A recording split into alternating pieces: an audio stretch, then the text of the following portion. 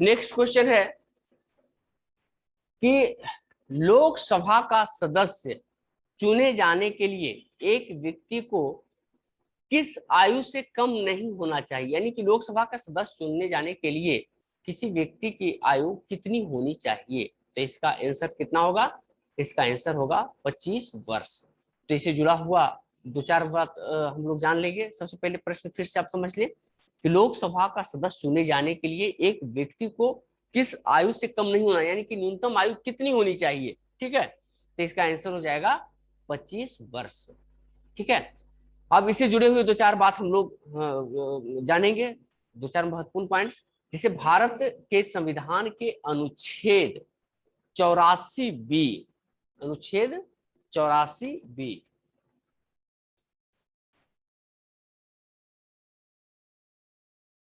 अनुच्छेद 84 बी, ठीक है, अनुच्छेद 84 बी के अनुसार लोकसभा चुनाव के लिए उम्मीदवार की न्यूनतम आयु 25 वर्ष होनी चाहिए।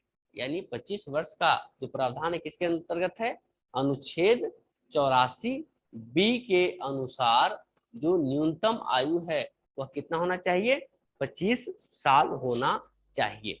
ठीक है, इसके अंतर्गत राज्यसभा के सदस्य बनने के लिए कितना आयु होना चाहिए, ये तो था लोकसभा के लिए, लेकिन राज्यसभा की जब बात आएगी तो राज्यसभा के सदस्य के लिए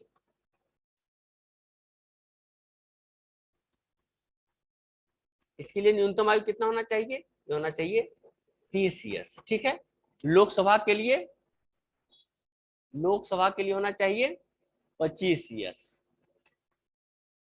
ठीक है, और राज्यसभा के लिए 30 साल होना चाहिए। ठीक है, राज्य विधानसभाओं के सदस्य के लिए न्यूनतम आयु कितना होना चाहिए, तो राज्य विधानसभाओं के लिए भी होना चाहिए 25 वर्ष। यानी जो लोकसभा है यही एज रहेगा विधानसभा के लिए, विषय के लिए भी 25 वर्ष ही रहेगा। और विधान परिषद के लिए कितना रहेगा, तो विधान परिषद के लिए 30 हो जाएगा। यानी विधान परिषद के लिए कितना रहेगा, 30 साल। ठीक है, तो इससे जुड़ा दो चार पांच बात हम लोग सीख लिए। सबसे पहले हम लोगों ने ये सीखा कि अनुच्छेद 84 बी के अंतर्गत लोकसभा का चुनाव लड़ने के लिए न्यूनतम आयु होना चाहिए 25 साल। इसी प्रकार हम लोगों ने देखा कि इसी के अंतर्गत विधानसभा में चुनाव लड़ने के लिए उम्र होना चाहिए 25 साल। इसी के तहत, इसी अनुच्छेद के तहत राज्यसभा के सदस्य के लिए, यानी राज्यसभा में चुनाव लड़ने के लिए आपका एज कितना होना चाहिए, 30 साल, और विधान परिषद के लिए भी कितना होना चाहिए, 30 साल होना चाहिए। ठीक है, चलिए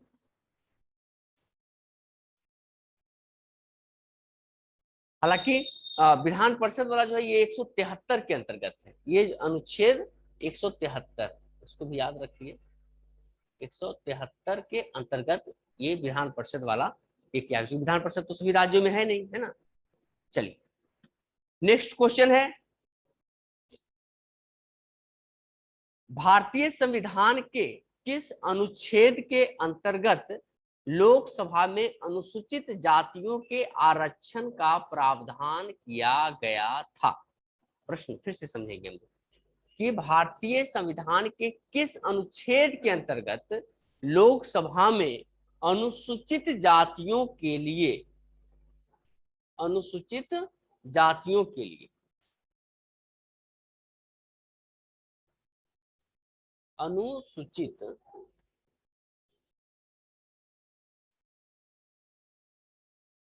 जातियों के लिए, ठीक है, यानी कि लोकसभा में अनुसूचित जातियों के लिए एवं जनजातियों, दोनों इसमें कर लीजिए, अनुसूचित जातियों और जनजातियों, अनुसूचित जनजातियों के लिए, अनुसूचित जनजातियों के लिए जो प्रावधान, चूंकि इसमें अनुसूचित जाति क्या पूछा जा रहा है, लेकिन हमें दोनों जान लेना है, कि अनुसूचित जनजाति और जातियों के लिए जो प्रावधान किए गए, तो ये अनुच्छेद 330 के अंतर्गत प्रावधान किया गया है। अनुच्छेद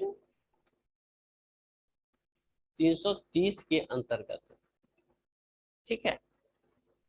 इसमें जो आरक्षण का प्रावधान किया गया है लोकसभा में कितने के तहत किया गया, अनुच्छेद 330 के तहत आरक्षण का प्रावधान किया गया है।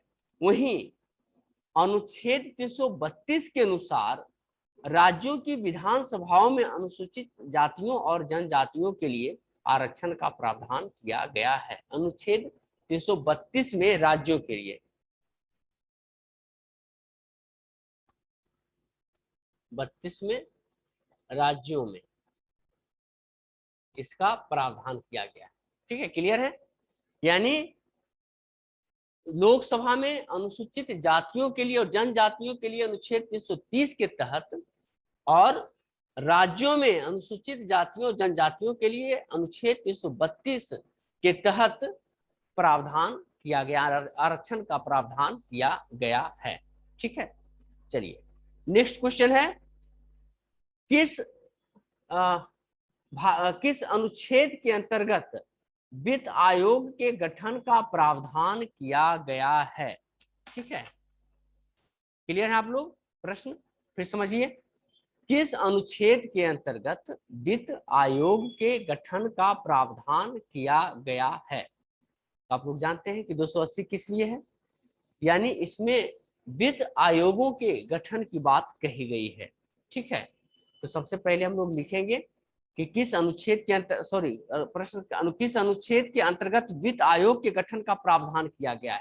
आंसर होगा अनुच्छेद 280, ठीक है। यानी वित्त आयोग के जो गठन का प्रावधान है वह कितने के तहत है, अनुच्छेद 280 के तहत प्रावधान किया गया है वित्त आयोग का, ठीक है।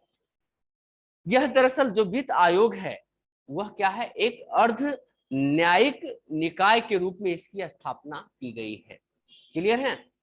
यानी जो वित्त आयोग है जिसका गठन अनुच्छेद 280 के अंतर्गत किया गया है, यह क्या है, एक अर्ध न्यायिक निकाय है, और इसका जो गठन है राष्ट्रपति द्वारा हर एक 5 साल के अंतराल पर किया जाता है। कितने अंतराल पर, 5 साल के अंतराल पर इसका गठन किया जाता है। सबसे पहला वित्त आयोग का जो गठन है 1951 में किया गया था, ठीक है, क्लियर हो गया। यानी वित्त आयोग का गठन किसके तहत किया जाता है, तो अनुच्छेद 280 के तहत किया जाता है। वित्त आयोग का गठन प्रत्येक 5 साल के अंतराल पर किया जाता है। यह एक अर्ध न्यायिक इकाई है, और सबसे पहला जो वित्त आयोग का गठन है वह 1951 में किया गया था। चलिए नेक्स्ट क्वेश्चन, अगला क्वेश्चन है कि आइंस्टीन को नोबेल पुरस्कार किस कार्य के लिए दिया गया था, नोबेल पुरस्कार, ठीक है। तो आइंस्टीन आप लोग जानते हैं कि एक महान साइंटिस्ट थे, और कहा जाता है कि अपने दिमाग का सबसे अधिक अगर किसी ने इस्तेमाल किया है तो वह आइंस्टीन ने ही किया था, ठीक है। तो लेकिन उन्हें जो नोबेल पुरस्कार दिया गया था वो किस लिए दिया गया था, तो प्रकाश विद्युत प्रभाव के लिए दिया गया था। किस लिए दिया गया था, प्रकाश विद्युत प्रभाव,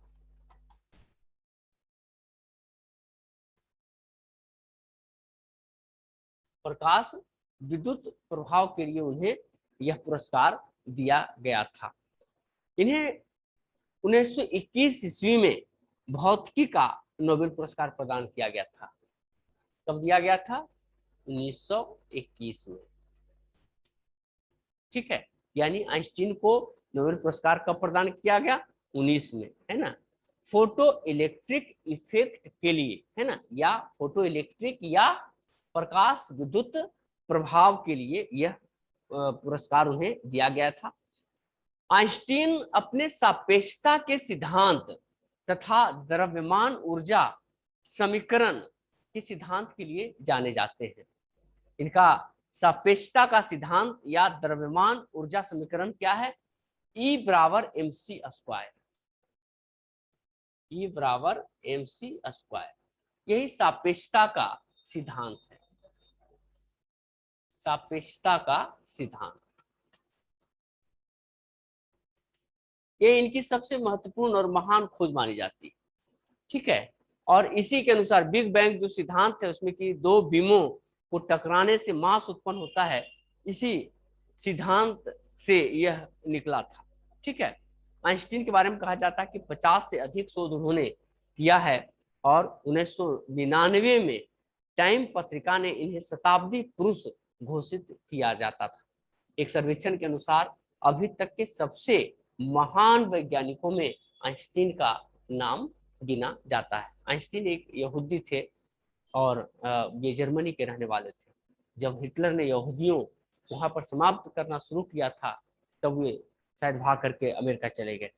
चलिए नेक्स्ट क्वेश्चन हम लोग देखेंगे।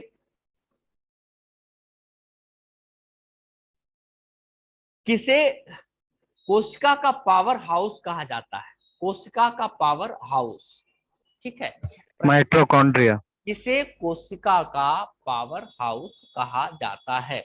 तो आंसर होगा माइटोकॉन्ड्रिया। आंसर क्या होगा? माइटोकॉन्ड्रिया।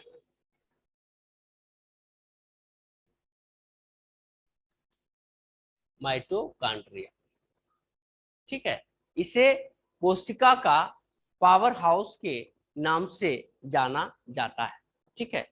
माइटोकॉन्ड्रिया जो है यह कोशिकाओं में उपस्थित एक अत्यंत सूक्ष्म संरचना होता है जो श्वसन क्रिया के माध्यम से ऊर्जा मुक्त करती है ना। अतः माइटोकॉन्ड्रिया को कोशिका का एक शक्ति स्रोत या पावर हाउस के रूप में जाना जाता है। इसकी भीतरी झिल्ली में इलेक्ट्रॉन अभिगमन तंत्र उपस्थित होता है जिससे एटीपी अणुओं का निर्माण होता है। उल्लेखनीय है कि ऊर्जा का जो स्रोत है होने के कारण एटीपी अणुओं को ऊर्जा की मुद्रा यानी कि एनर्जी करेंसी भी इसे कहा जाता है, ठीक है। ये कुछ महत्वपूर्ण चीजें थी। नेक्स्ट क्वेश्चन हम लोग देखेंगे, 2-3 क्वेश्चन और हम लोग देख लेते हैं, अभी टाइम है हम लोग के पास। फरवरी 1938 में बिहार की चुनी हुई सरकार ने किस कारण से इस्तीफा दे दिया था? ठीक है, यानी कि फरवरी 1938 में 1935 के अधिनियम के तहत बिहार में भी चुनाव हुए थे और यहाँ पर भी सरकार का अंतरिम सरकार का गठन किया गया था। लेकिन यहाँ की सरकार ने 1938 में जो श्री कृष्ण बाबू के नेतृत्व में, श्री कृष्ण सिंह के नेतृत्व में जो चुनाव हुआ था तो उसमें उन्होंने 1938 में इस्तीफा दे दिया था। तो यह किस लिए था? तो इसका आंसर होगा कि राजनीतिक बंदियों को छोड़ने के मुद्दे पर, है ना, यानी राजनीतिक बंदियों को छोड़ने के मुद्दे पर बिहार की सरकार ने इस्तीफा दे दिया था, ठीक है। दरअसल बिहार सरकार का जो गठन है वर्ष 1937 में हुआ था और उस समय जो यहाँ के मुख्यमंत्री होते थे तो मुख्यमंत्री के नाम से नहीं बल्कि वो प्रधानमंत्री के नाम से जाने जाते थे, यानी उसमें मुख्यमंत्री का कंसेप्ट नहीं था, प्रधानमंत्री का कंसेप्ट था। और यहाँ बिहार के बारे में जब आपको कहेगा कि बिहार के सबसे पहले प्रधानमंत्री कौन थे, है ना, तो कौन थे? मोहम्मद यूनुस खान थे, यानी बिहार का पहला प्रधानमंत्री मोहम्मद यूनुस खान, मोहम्मद यूनुस खान, ये बिहार के पहले प्रधानमंत्री। वो बोला प्रधानमंत्री असली वाला नहीं, नकली प्रधानमंत्री, यानी बिहार के जो मुख्यमंत्री थे उन्हें ही प्रधानमंत्री के नाम से जाना जाता था, है ना।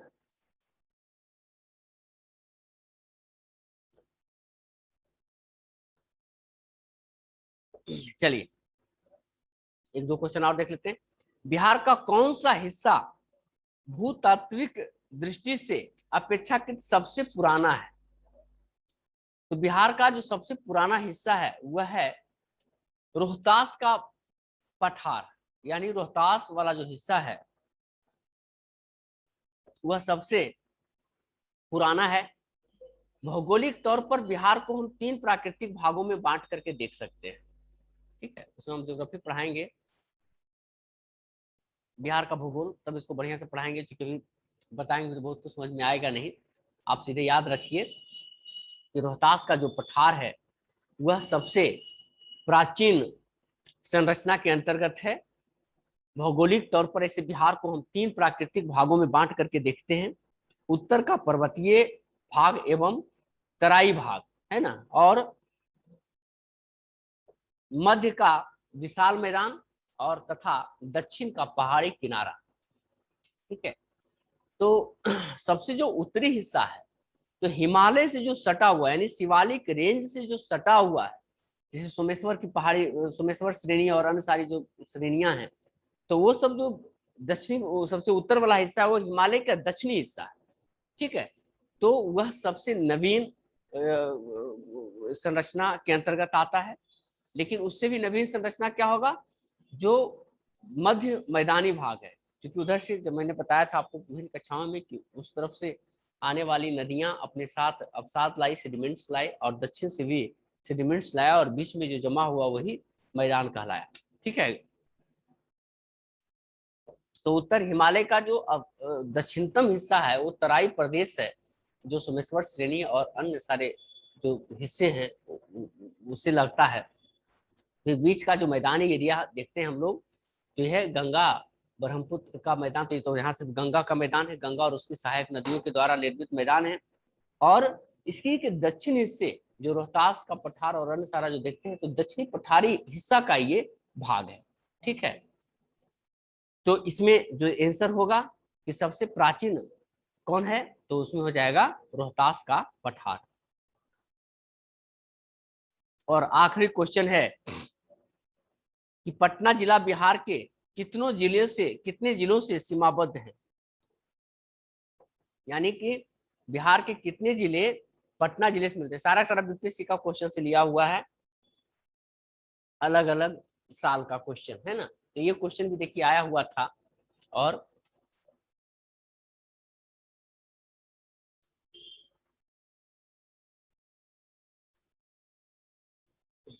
इसको काउंट कर लीजिए कि पटना जिला से कितने जिले सटे हुए थे। ठीक है, तो इसका आंसर 9 है। कौन कौन जिला सटा हुआ है देखिए, ये पटना जिला है, इसकी जो उत्तर का सीमा है, आप ये गंगा वाला हिस्सा देख रहे हैं यहां से लेकर के यहां तक। ठीक है, ये गंगा, यहीं पर आपको हाजीपुर वगैरह जाने वाला जो पुल मिलता है आपको, तो ये वैशाली से सटा हुआ है। इसका ये वाला हिस्सा समस्तीपुर से सटा हुआ है। इस तरफ आते हैं तो बेगूसराय से ये हिस्सा सटा हुआ है। फिर आप इधर जाते होंगे ट्रेन से तो देखते होंगे कि लखीसराय वगैरह आता है, ये भी पटना से सटा हुआ है। फिर नालंदा, नालंदा तो एक बड़ा एरिया जो है ये सटा हुआ है, सबसे ज्यादा बड़ा एरिया नालंदा से ही इसका मिलता है। ठीक है, उसके बाद आप जाएंगे गया वाला रोड में तो आपको जहानाबाद मिलेगा, उसके बाद फिर अरवल मिलेगा आपको, और इस तरफ जाएंगे तो ये भोजपुर मिलेगा, और यहाँ पर ये सारण। यानी 1 2 3 4 5 6 7 8 और 9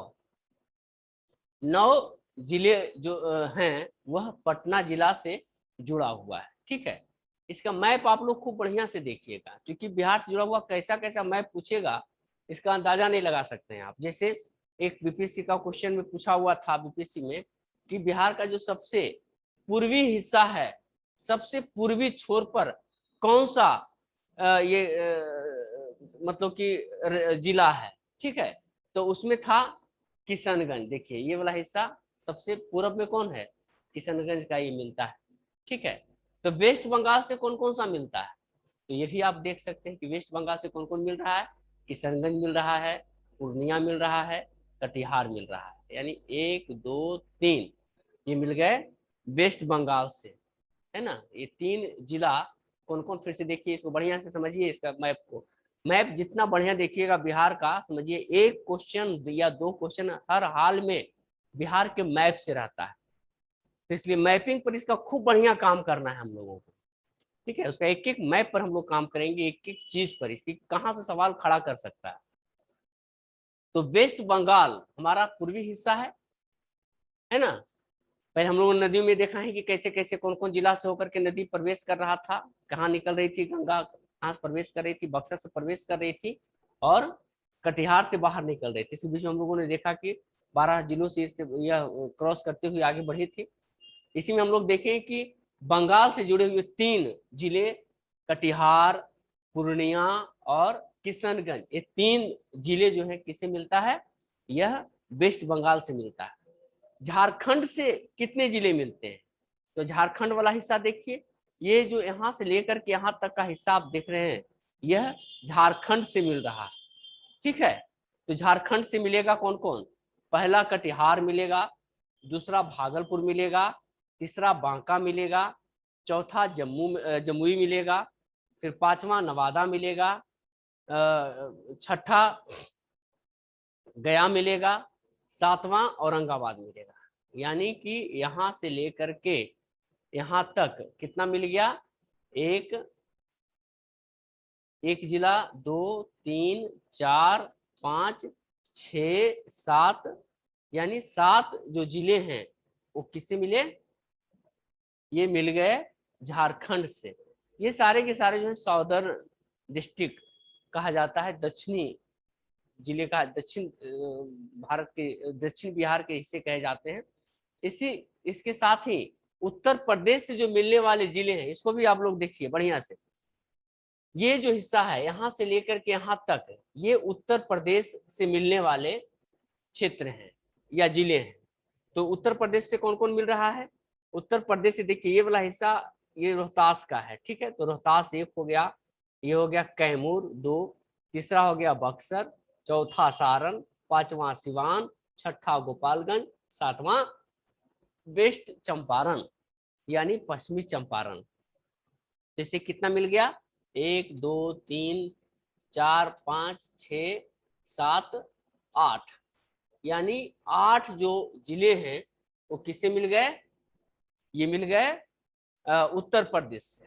ठीक है, तो कैमूर, फिर से ध्यान दें, कैमूर, बक्सर, भोजपुर, सारण, अच्छा ये काउंट नहीं किए थे, 1 2 3 4 5 6, कहां से गया जी, 7 8, ठीक है। तो कैमूर, बक्सर, भोजपुर, सारण, सिवान, गोपालगंज और वेस्ट चंपारण, ये सारे सारे उत्तर प्रदेश से मिलने वाले जिले हैं। अब ये जो हिस्सा है आपका, ये सारा का सारा कहां से मिल रहा है, नेपाल से मिल रहा है। ठीक है, अब यहां पर देखिए, वेस्ट चंपारण 1, ईस्ट चंपारण 2, तीसरा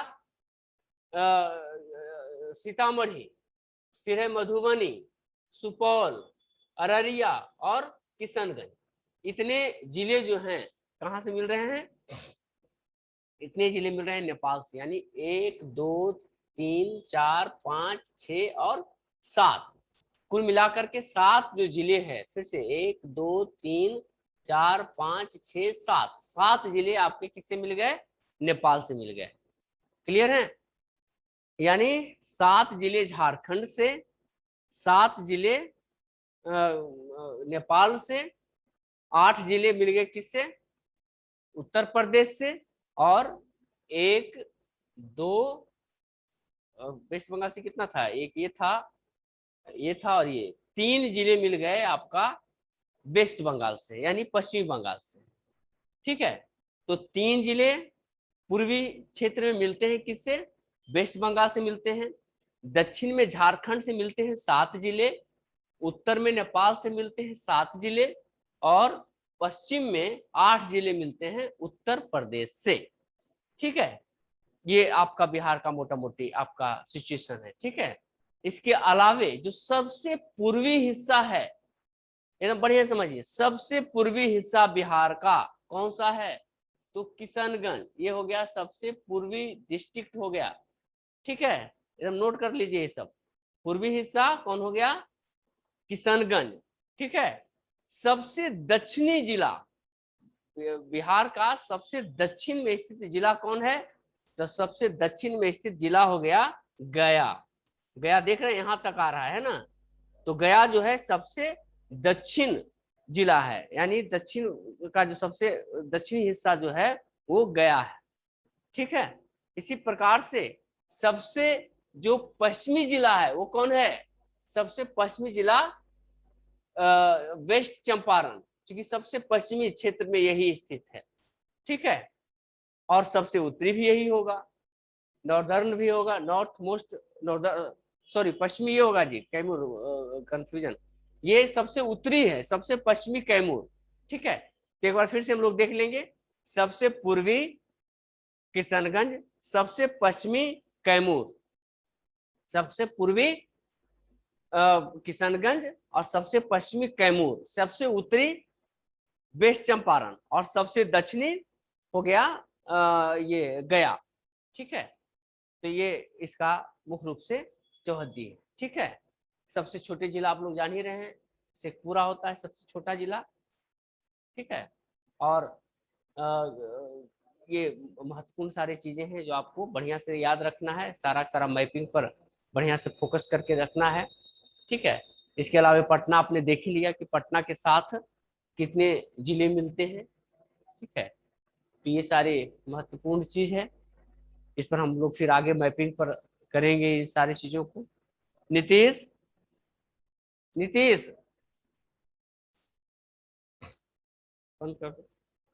चलिए, ठीक है, तो फिर आज का वर्कशॉप हम लोग समाप्त करते हैं और आगे आप लोग अपना मेहनत करें।